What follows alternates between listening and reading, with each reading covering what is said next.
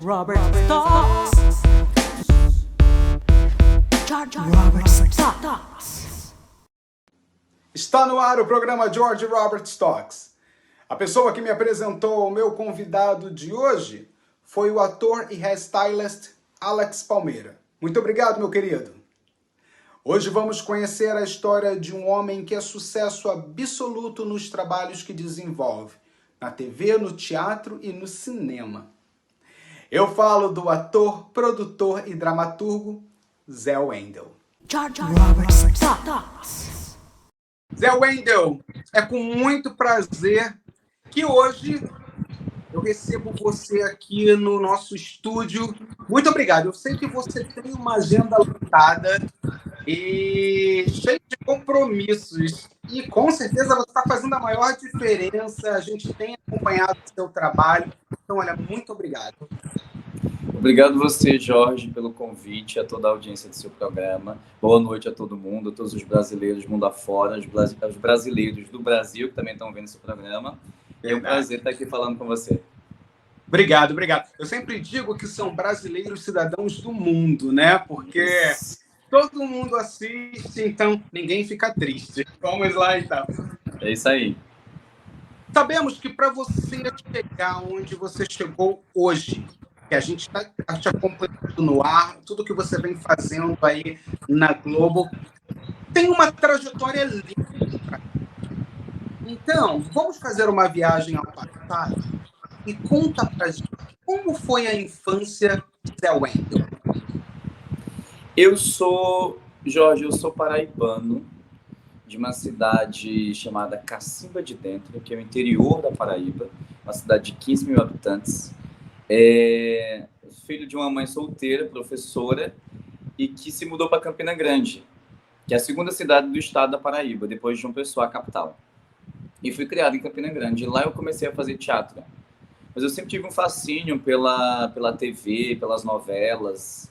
Né? Eu fui uma criança criada pela TV, de certa forma. Cinema, novela, adorava, era viciado, vidrado nisso. E na minha infância, eu cheguei aí com um colégio, isso já em Campina Grande, a assistir a minha primeira peça de teatro, que foi o Saltimbancos, do Chico Buarque. E aí eu fiquei encantadíssimo com aquilo. Assim, eu lembro que eu identifiquei alguma coisa diferente ali, aquilo me tocou e eu queria estar ali no palco. E daí fui nutrindo esse desejo de trabalhar com teatro, nem sabia o que era teatro, mas acabei já na adolescência me envolvendo com teatro na escola, né? A minha escola tinha aula de teatro, música e dança, o que é raro em escolas hoje em dia. Já era naquela época, mas era uma escola que se preocupava com educação, cultura e arte. E eu me joguei ali. E aí foi quando eu fui descobrindo esse meu lado artístico, né? Como ator de teatro e ator. Agora, para você descobrir esse lado artístico e com tanta coisa que você assistia na televisão, quais foram as suas influências na arte? Você teve atrizes e atores que, de repente, você olhava já na televisão e estava em desenvolver aquele trabalho? Quais foram, né, suas influências e inspirações na arte? Eu não sei, tinha algo diferente em mim. Eu acho que eu me identificava com isso. Eu assistia a novela, eu começava a repetir as cenas em casa.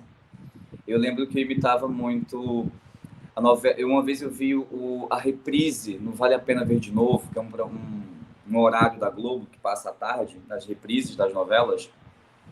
E eu assisti Cambalacho, que era uma novela protagonizada pela Fernanda Montenegro, com Mário Lago, com Consuelo Leandro. Então tinham atrizes e atores incríveis. E eu lembro que eu começava a imitar. Acabava a novela, eu ia imitar a Fernanda Montenegro. Eu ia imitar o Mário Lago.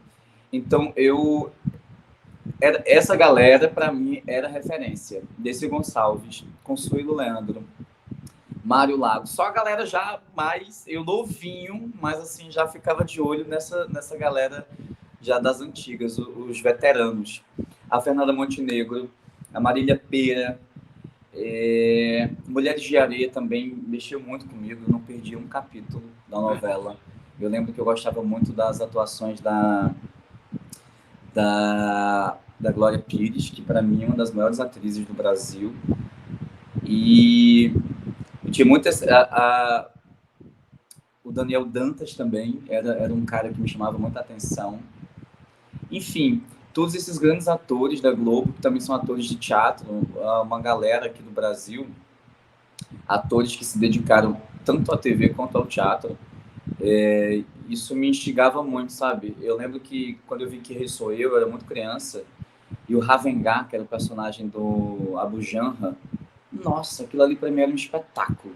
Eu ficava vidrado. Eu não sabia identificar qual que era o sentimento. Hoje eu sei que era essa mesma conexão, né, da arte, da comunicação, do teatro.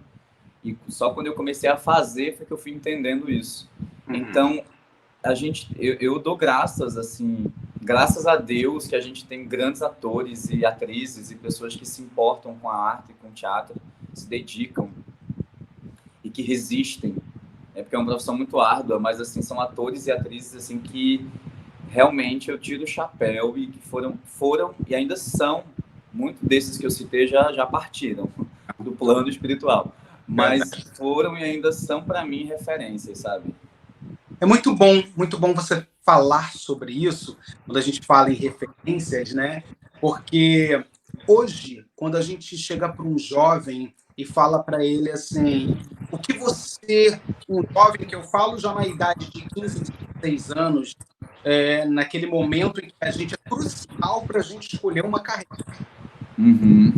Eu já fico naquela coisa, tenho que carreira, algo acadêmico, e eu vou profissionalizar. E as pessoas, os jovens, eles ficam muito em relação a que aqui, né? E quando você fala das suas referências, fica muito claro que um profissional como você provavelmente ou área da comunicação ou área de arte cênica, foi o que você escolheu. No caso, Agora, como foi para você esse processo em escolher uma carreira acadêmica? Como foi isso para você? Foi confuso?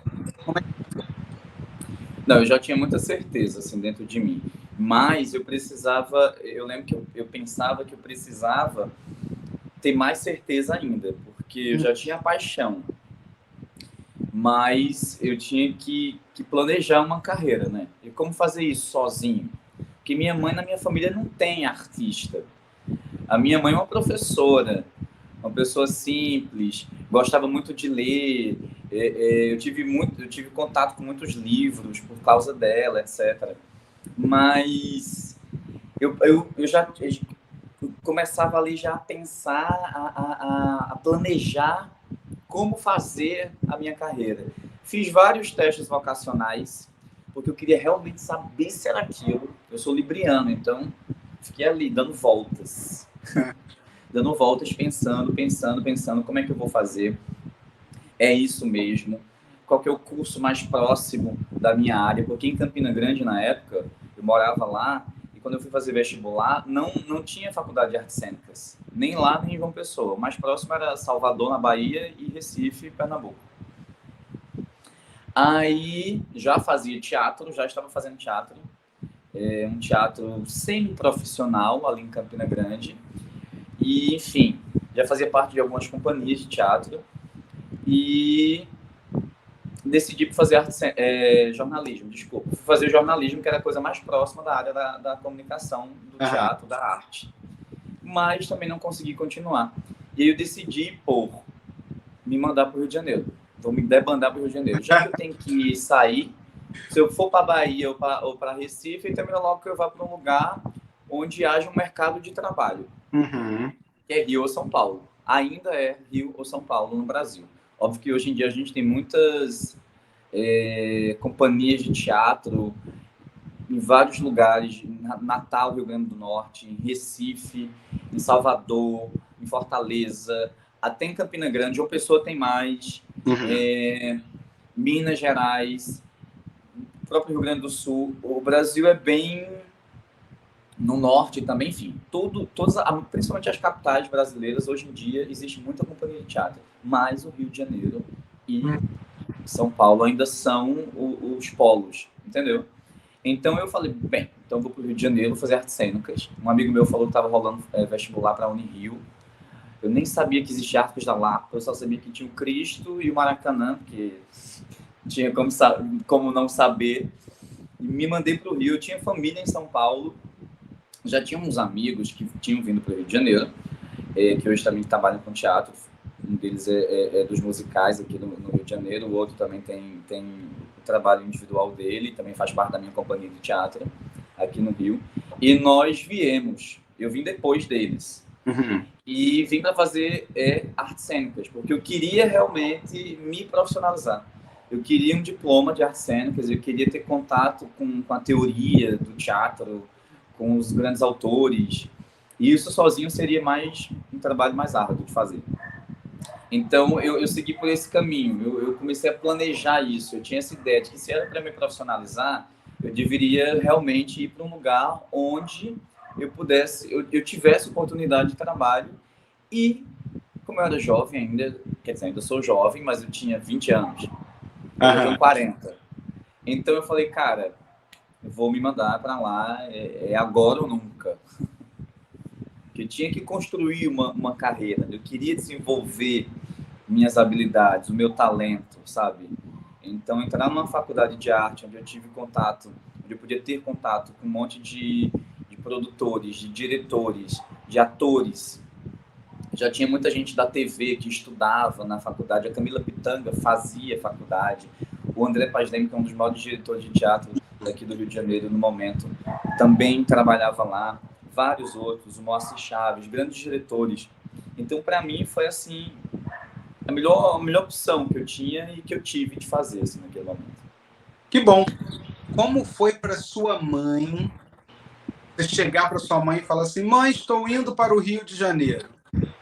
Estou me aventurando numa faculdade no Rio de Janeiro. Como foi para ela? Ela se assustou. Em primeiro momento ela não acreditou, mas de repente ela acreditou porque ela viu que era verdade o que eu estava falando.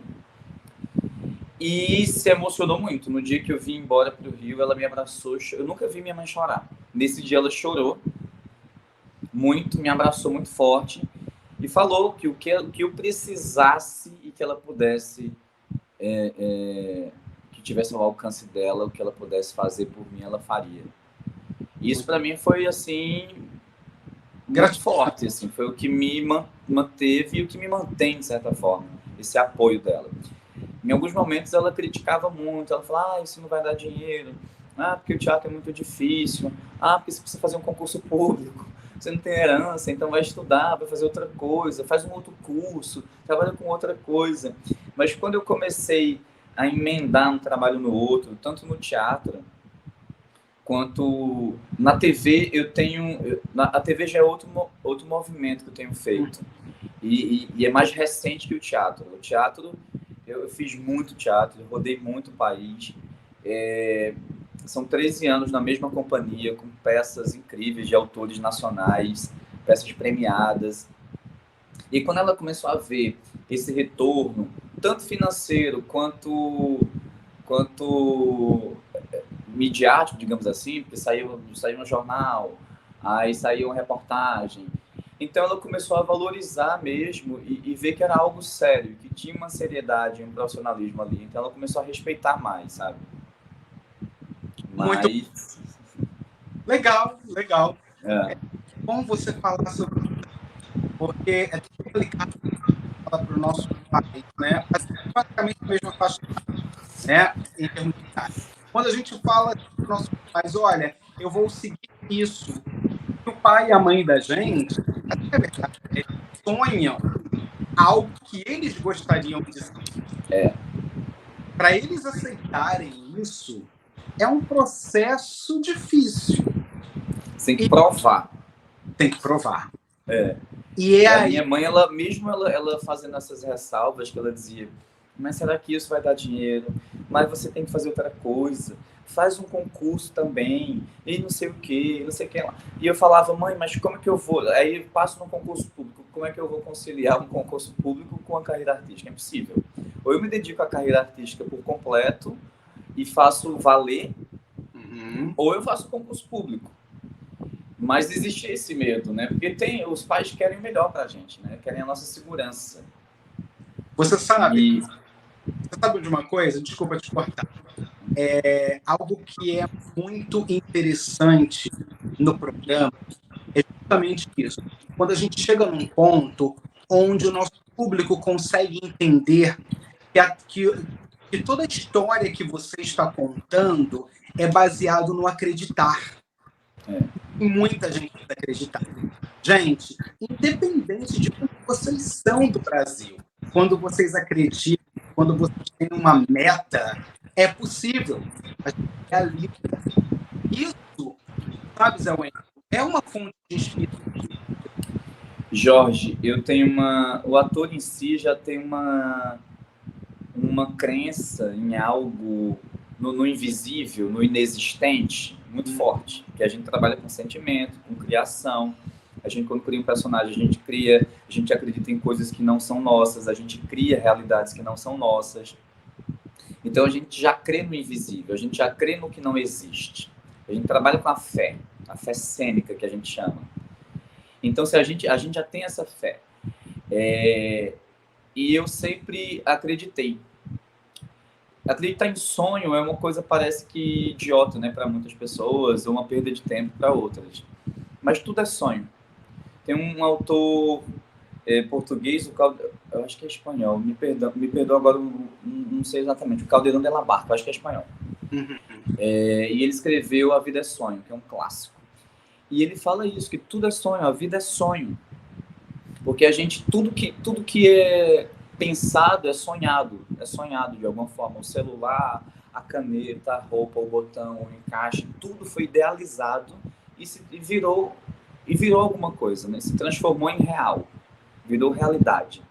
E eu comecei a pensar, eu sempre tive essa fé muito grande, a certeza do que eu queria, de seguir em frente. Ainda tenho isso, porque ainda é uma luta, e uma luta que não cessa nunca. E que é importante acreditar todos os dias. E não olhar para as circunstâncias. Eu não olho para as circunstâncias. Eu olho para o foco que eu tenho, que é a carreira, que é o desenvolvimento da minha carreira, não no sentido só financeiro, estrategista, mercadológico. Não, mas no sentido artístico mesmo, do que eu acredito como parte da minha vida, sabe? De levar isso adiante e da forma mais honesta possível e verdadeira, entendeu? Então, acho que é preciso fé. É a música do Gilberto Gil. Andar com fé eu vou, a fé não costuma falhar. Porque é isso. A gente que cria a nossa realidade, né, de certa forma. A física quântica e a neurociência está provando isso mais do que nunca, né, atualmente. Muito bom, fantástico. É isso aí, gente. Hoje eu estou de frente com um homem que a cada dia escreve bons capítulos louco livro. Eu estou de frente com o ator, produtor, dramaturgo Zé Wendel. Esse sucesso que está aí brilhando na telinha da Globo e que vocês também estão acompanhando. Para você que quer seguir, tem o Instagram, é o nome dele, @Zé Wendel. Vai aparecer aí na tela para vocês. Fiquem à vontade, vai lá, siga. Como hoje o Instagram é uma ferramenta tão importante, basicamente, né, é a nossa agenda diária. A gente sempre está colocando ali o que vem mais para frente, o que está acontecendo no momento. E é assim que a gente tem o nosso público pertinho da gente. Bom, eu vou chamar os comerciais e a gente volta já já. Já pensou em ter uma agência digital cuidando da sua marca e empresa? A Flyby Agência Digital tem profissionais com mais de 15 anos de experiência em design, edição de vídeo e desenvolvimento de sites. Estão prontos para ajudar o seu negócio a subir de nível. Entre em contato com a agência digital Flyby. O seu sucesso é garantido.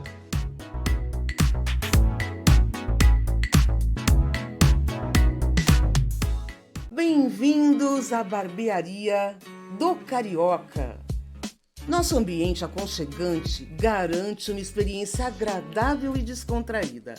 Cortes de cabelo a partir de R$ 45 e cabelo mais barba por apenas R$ 80.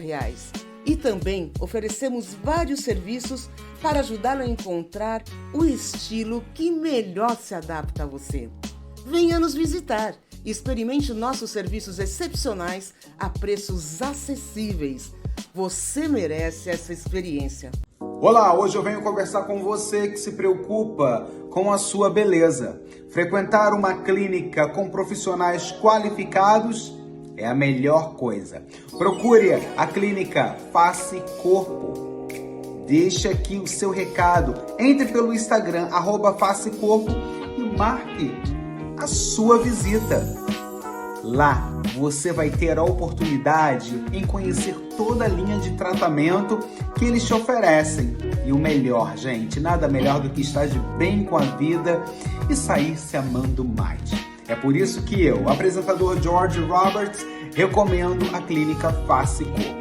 A minha, a sua, a nossa clínica da beleza. George Roberts Talks. Estamos de volta e eu estou de frente com um homem que é sucesso absoluto no que faz. Através dessa carreira linda que ele decidiu seguir, ele investe personagens e entra na sua casa, telespectador, contando boas histórias. Zé Wendel, falando em bons personagens, ainda no teatro, como foi para você se deparar no palco do teatro, numa peça profissional, onde você olha e vê um público ali assistindo e te aplaudindo? Como aconteceu para você o teatro profissional? Você contou a tua época de escola, como foi a vinda para o Rio, mas em si, como foi essa ponte entre você e diretamente ao teatro, onde liga a outros profissionais da área? Pegando o gancho, Jorge, daquilo que você falou da fé, de acreditar, que a gente precisa acreditar nos nossos sonhos, nas nossas... né, no que a gente acredita mesmo, assim, né, seguir o nosso caminho. Eu, na época da faculdade, eu fazia artes cênicas aqui na Unirio, e um belo dia eu me deparei com uma questão que era: vou acabar a faculdade, o que vai ser de mim? E eu comecei a pensar que eu precisava fazer uma peça que fosse a minha cara, algo do Nordeste, uma peça do Ariano Suassuna. Eu era muito fã do Alto da Compadecida.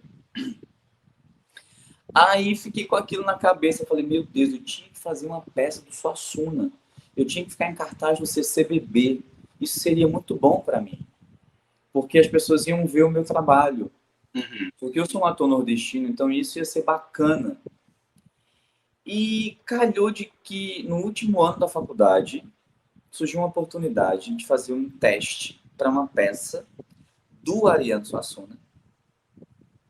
Um texto dele que nunca havia sido montado profissionalmente, chamado As Conchambranças de Quaderna, a última peça que ele escreveu em 1962. E com direção da Inês Viana, que é uma atriz maravilhosa, está até agora em Terra e Paixão, essa novela das 9 na Rede Globo, que já estreou aqui no Brasil. Enfim, e aí eu passei no teste, fui fazer o teste. Eu não queria fazer o teste, um amigo meu, o Adrien Alves, que também é da Paraíba, e né, viemos no mesmo bonde, ele faz musicais aqui, enfim. O Adrien falou: você vai ter que fazer. Fui lá, fiz o teste, entrei no espetáculo. O espetáculo foi um sucesso. Eu, o Júnior Dantas também, que é desse bonde do Nordeste, também entrou no espetáculo. Fizemos a peça, estaremos em 2010, no Sesc Ginástica, aqui no Rio de Janeiro. A peça ficou em cartaz, já ganhamos prêmios, já fomos indicados a prêmio Shell, a prêmio APTR, ganhamos o prêmio Contigo de melhor comédia popular do Brasil. Que legal! Rodamos o Brasil inteiro, muita gente viu o espetáculo, é um espetáculo que a gente ainda faz até hoje, e desse espetáculo deu origem à companhia. Desse espetáculo nós fizemos em seguida um outro chamado Os Mamutes, de um autor carioca, o João Bilac, muito famoso já aqui no Rio e no Brasil. Depois dele vieram várias outras peças, nós montamos ao todo já 8 espetáculos, todos de autores nacionais. A companhia tem esse caráter, ganhamos muitos editais e resistimos fazendo teatro. Até hoje, são 13 anos, então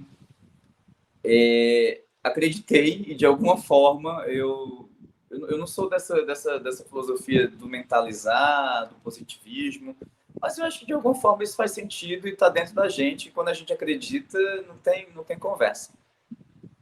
E aí, faço parte da Companhia Mondé, depois, ao longo desses 13 anos de teatro profissional aqui no Rio de Janeiro, viajei o Brasil inteiro, fazendo espetáculo, São Paulo, montamos Nelson Rodrigues, montamos Alcione Araújo, montamos mais texto do João Bilac, e a gente continua, a Grace Passou também, montamos texto da Grace Passou, e continuamos. O nosso último espetáculo foi do Ariano Suassuna, foi a primeira peça, é curioso que foi a primeira peça que ele escreveu.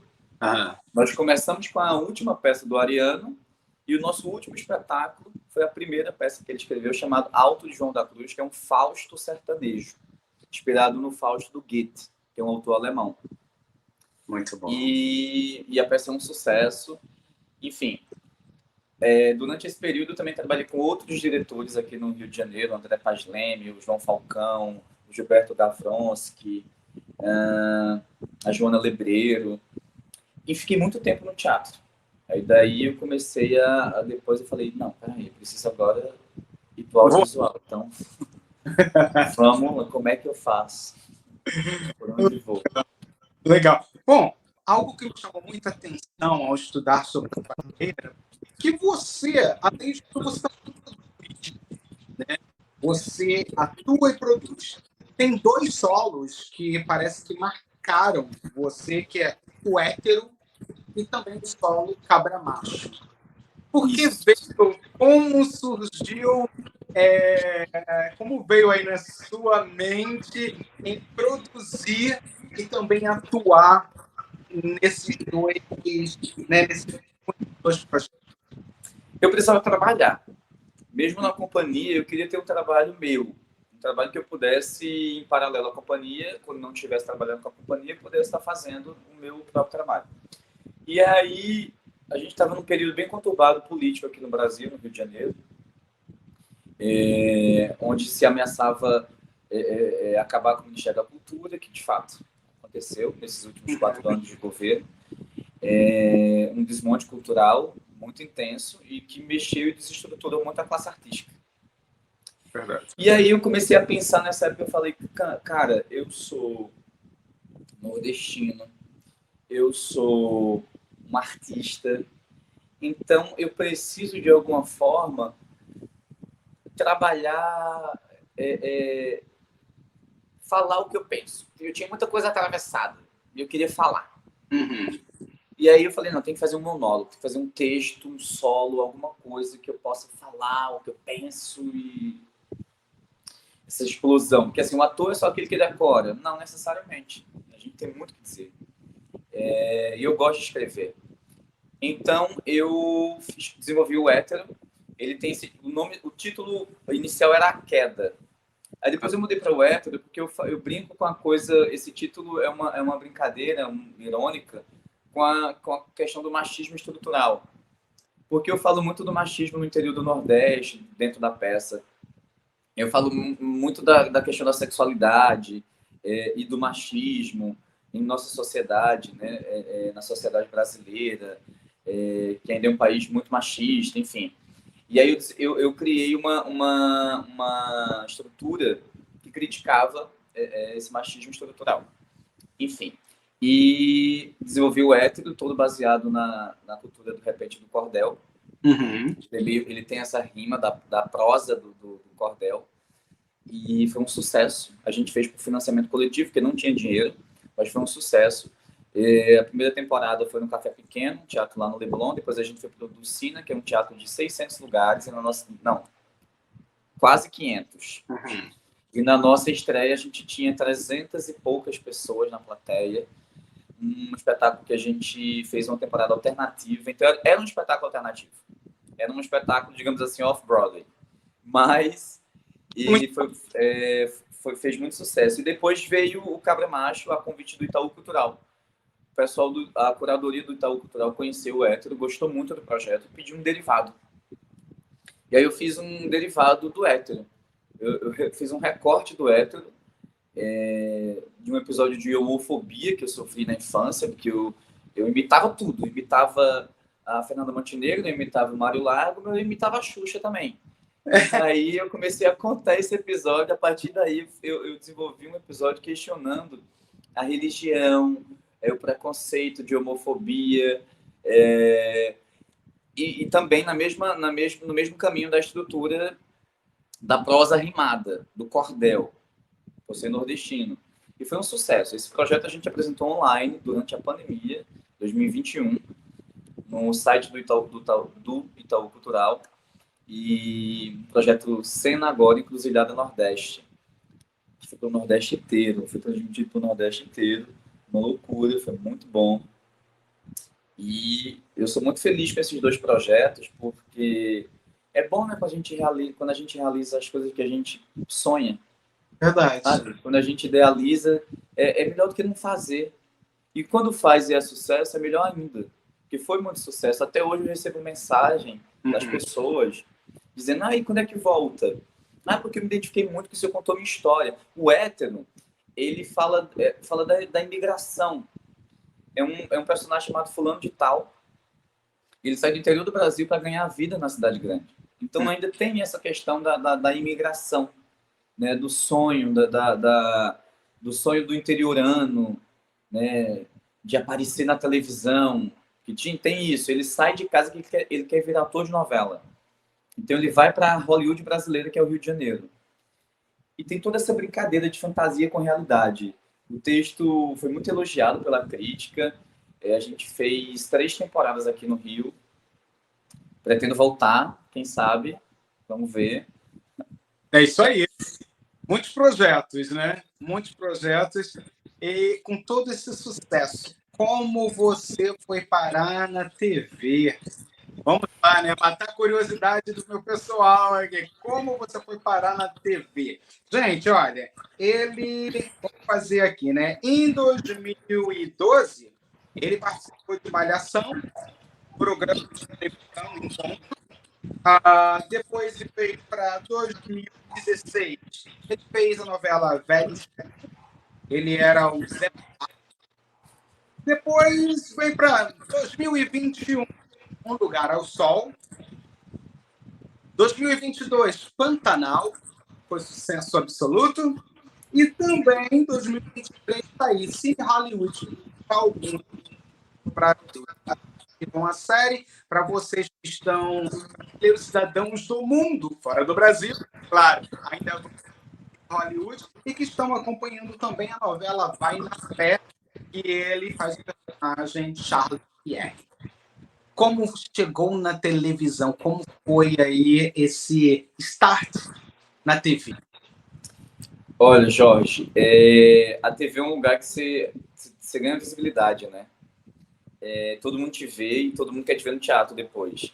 E você também ganha grana, porque paga muito bem. Então, eu sempre tive um sonho de trabalhar na TV, né? Você quer ser visto, você quer que as pessoas vejam o seu trabalho. Enfim. E eu comecei a me dedicar à TV. E os produtores de elenco, eles assistem muito teatro. Então, acho que o teatro foi uma vitrine muito boa para mim. Então, eu comecei a receber convites para fazer teste. Fiz muitos testes. Meu primeiro trabalho, a primeira participação que eu fiz muitas participações. E cada uma melhor que a outra. Eu comecei a desenvolver uma qualidade de trabalho no audiovisual. E o audiovisual tem uma linguagem um pouco diferente do teatro. Verdade. Mas a base é a mesma. E eu fui me adaptando, fui aprendendo a me colocar ali no audiovisual. Então, eu fiz, como você falou aí, Malhação foi a minha primeira participação. Uhum. Foi uma cena muito boa. Eu lembro que os atores depois no final vieram me elogiar porque ninguém me conhecia, era minha primeira vez na TV e que eu tinha desempenhado bem, então eu fiquei muito feliz.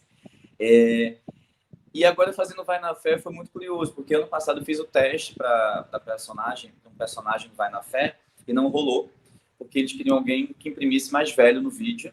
Era para ser um motorista de Uber, o Joel, o personagem do Joel, que eu nem lembro o nome do ator que está fazendo agora, que faz muito bem, inclusive. E aí surgiu essa oportunidade de fazer o Charles Pierre, que é um personagem que apareceu assim na trama de repente. Eu fiz essa primeira fase da novela, até o capítulo 100, onde eu fiz o Charles Pierre, que tinha um restaurante do Charles Pierre. Então eu tinha meu próprio restaurante, eu contracenei com todo mundo, todo o elenco principal. Foi muito bom para mim, porque a minha primeira cena foi com o Samuel de Assis, que é um amigo meu das antigas, e de repente o Samuel lá protagonizando a novela, um ator negro. Fiquei muito feliz com isso. Já fui gravar muito satisfeito. E de repente o personagem voltou.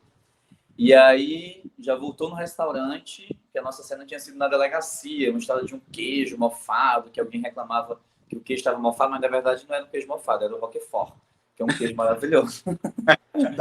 E aí eu fui gravar com a Suzana Vieira agora, imagina, com a Renata Sorrá. Uhum. Então, meu Deus, eu estava muito nervoso. Eu já conhecia a Renata, ela é muito fã da nossa companhia, mas não tinha intimidade nenhuma com ela, nunca tinha atuado com ela. E aí, na hora de passar o texto no camarim, eu cruzava as pernas para cá, cruzava a perna para lá, botava a mão no queixo, a mão no outro queixo. Ela viu que eu estava um pouco nervoso, ela falou, você me ajuda a decorar o texto comigo? Porque eu não decorei ainda. Ou seja, ela é muito fofa, muito querida, já me inseriu ali, aí eu comecei a passar o texto com ela, e foi uma maravilha, foi uma honra gravar a cena com a Renata. Eu me senti muito privilegiado, me senti muito feliz, porque ela é um monstro sagrado, né? Enfim. E aí gravei depois várias cenas. Nossa, o restaurante virou o point da confusão. Uhum. Porque era um restaurante chique, mas aí tinha casal traindo o marido com a amante, que encontrava os amigos, o escândalo de uma mulher que via lá um rato, que é a personagem é a Kate, né? O nome da personagem, que é a Clara Monet, que tá bombando, e a grande revelação da novela. E ela ia lá depois com o filho do ex-amante, e eu não entendia nada, e só confusão no restaurante. E a Patrícia Rache, que é a produtora de elenco, ela me convidou, e ela falou, Zé, você topa fazer? A princípio é a primeira fase da novela, que é até o capítulo 100. A novela são 200 capítulos. Eu falei, uai, claro que eu topo. Aí foi uma loucura, assim, tipo, todo mundo começou a me reconhecer na rua. Quando eu fiz Pantanal, eu não fiz Pantanal, não fiz teste para Pantanal, nem fiz o elenco principal do Pantanal. Mas a produtora, a Rosane Quentais, ela me chamou para fazer uma cena com o Zé Loreto. Uhum. Uma cena incrível, uma cena enorme, cheia de movimento, assim, de movimentos dramáticos, digamos assim. E foi incrível a cena, eu adorei, teve uma repercussão absurda, porque a novela estava fazendo o maior sucesso, eu dei entrevista para tudo que é portal, para o Jornal da Paraíba. E foi uma cena onde o Zé, a gente brigava, ele me empurrava, eu fazia Zé do frigorífico, que era o dono de um frigorífico que estava passando a perna nele. E, de repente, a situação se revertia, enfim. Então, teve toda uma treta ali com ele, uma confusão com o Zé Loreto. Foi sensacional. Me deu uma projeção muito boa essa cena, porque teve muita visibilidade. Era uma cena, como eu te falei, com momentos dramáticos muito bons. Então, era uma cena que oscilava muito. Era uma cena de 3 minutos, uma cena grande para a TV. Então foi incrível. E é isso, assim, eu cada vez mais tenho me dedicado ao audiovisual e entendido como o audiovisual funciona, e as oportunidades estão crescendo cada vez mais. Ano passado eu gravei 2 filmes, que eles ainda vão ao ar. Com a Lúcia Murat, que é uma diretora maravilhosa. É um filme... filme é O Mensageiro. O Mensageiro, que ainda vai ao ar. Ainda vai ao ar, maravilhoso. Ainda vai estrear o filme. Tô com a coisa da TV na cabeça. E também O Porteiro, O Porteiro, isso. que é do Paulo Fontinelli, que estreia agora em setembro nos cinemas do Brasil, que é uma comédia maravilhosa, onde eu faço um par romântico com ninguém menos, ninguém mais que Cacau Protásio. Eu faço um entregador do iFood, sou eu e mais 2 atores, são os 3, tipo os 3 patetas, que decidem roubar o prédio, eles vão disfarçados de entregador de iFood e invadem o edifício e começam a roubar. E no meio do caminho, quem aparece é a Cacau, que é a faxineira do prédio, e eu e ela começam a meio que... Aí vira um assalto, mas um assalto... Um match, deu match. Que eu vou com ela, ela vai mostrando os apartamentos onde é que a gente pode roubar e tal. Ela de refém, mas assim, minha paquera. O filme é hilário, tem um elenco estelar maravilhoso. E vai ser sucesso, tenho certeza. É uma comédia bem popular e vai ser muito sucesso. Estreia já em setembro esse filme. Muito bom, parabéns. Obrigado. É isso aí, gente. Eu estou de frente com ator, produtor, dramaturgo Zé Wendel. Ele é, sim, sucesso absoluto no que faz, com uma trajetória linda. Deixou Pernambuco, foi para o Rio de Janeiro, acreditou que é possível, ainda acredita, hoje sonhos, e com certeza ele é uma fonte de inspiração para muita gente de trabalho, desacreditado quando vê ou quando assiste profissionais que têm trajetórias belíssimas, com certeza passam a ser inspiração. Nós começamos essa entrevista, Zé Wendel, com você falando, né, da Fernanda Montenegro e outros atores da época. Imagina que os jovens hoje olham para você lá em Pernambuco ou até em outros lugares do Brasil, ou brasileiros residentes, brasileiros cidadãos do mundo, fora do Brasil, olham para você e se sentem inspirados para imaginar, para pensar isso. Antigamente, a gente tentava, hoje eu entrevisto essas pessoas, né? Mas eu também cresci assistindo essas novelas. E se você procurar, você vai ver que eles também passaram pelo programa e eu fico assim, nossa, eu assistia essa atriz na novela, esse ator na novela e hoje estou tendo a oportunidade em contar a história de artistas que até deixaram de televisão e que eram um sucesso absoluto lá atrás, na nossa época, que eram fonte de inspiração para a gente. E hoje você tem boas histórias e com essas boas histórias o seu povo se identifica. Obrigado, Jorge. Vou agora para o momento do programa que é complete as frases. Eu não falei nada para você que existe esse momento, mas vamos lá. Eu gosto de... Como é que... Desculpa, eu não ouvi que falhou. Você só vai completar a frase, tá bom? Tá. Vamos lá. Eu gosto de... Jabuticaba. Adoro. Eu não tolero... Mentiras. Eu tenho medo de... Ai, meu Deus, eu tenho medo de morrer.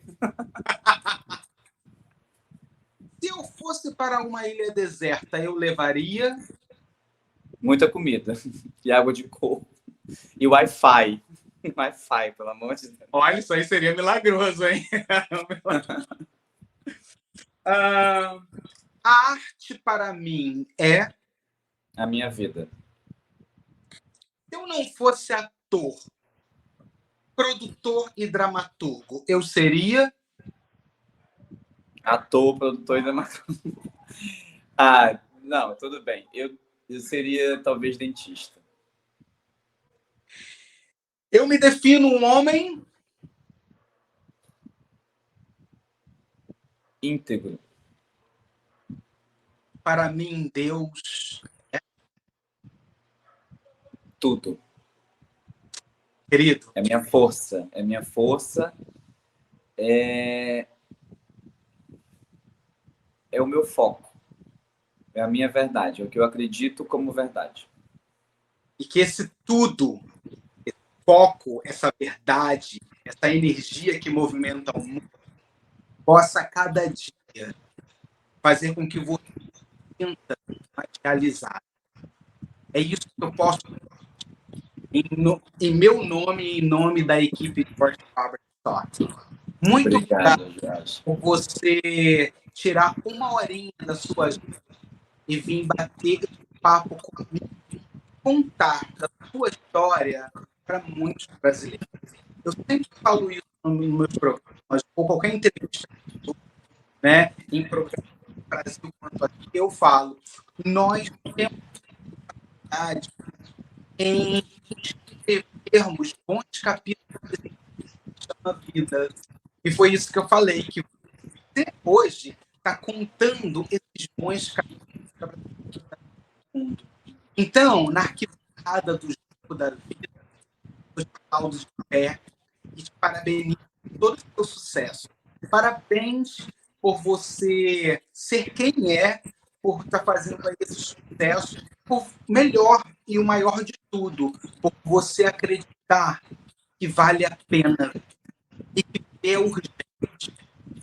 E quão urgente é viver que você se coloca na linha de frente, que você protagoniza a sua própria história. E é muito bom eu ter a oportunidade em dividir com o nosso público história de pessoas que são fonte de inspiração como você. Muito obrigado.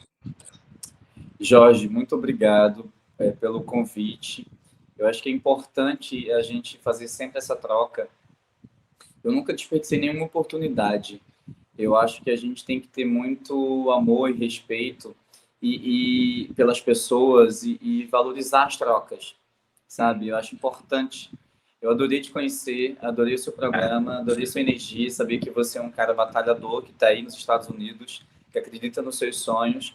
Eu acho que esse é o nosso caminho. Viver é urgente, a gente vive e morre todos os dias. A vida é realmente um grande mistério. E eu acho que, assim, vale a pena acreditar e seguir em frente mesmo, acreditar nos nossos sonhos. Eu tenho feito isso, eu faço isso todos os dias, sempre que eu acordo, eu respiro fundo e sigo. E eu acho que a gente tem que valorizar as trocas, o respeito humano e acreditar no outro e seguir firme e forte. É mais ou menos isso. Obrigado. E é isso aí. Valeu. Chegamos ao fim do nosso programa. Hoje eu estou de frente com ele. O Instagram dele, @ZéWendel. Vai lá, siga. Produtor, ator, dramaturgo e um homem que acredita que o céu é o limite. E muito obrigado a todos vocês pela audiência e a gente se vê em breve. George Robert Talks. George Robert Talks.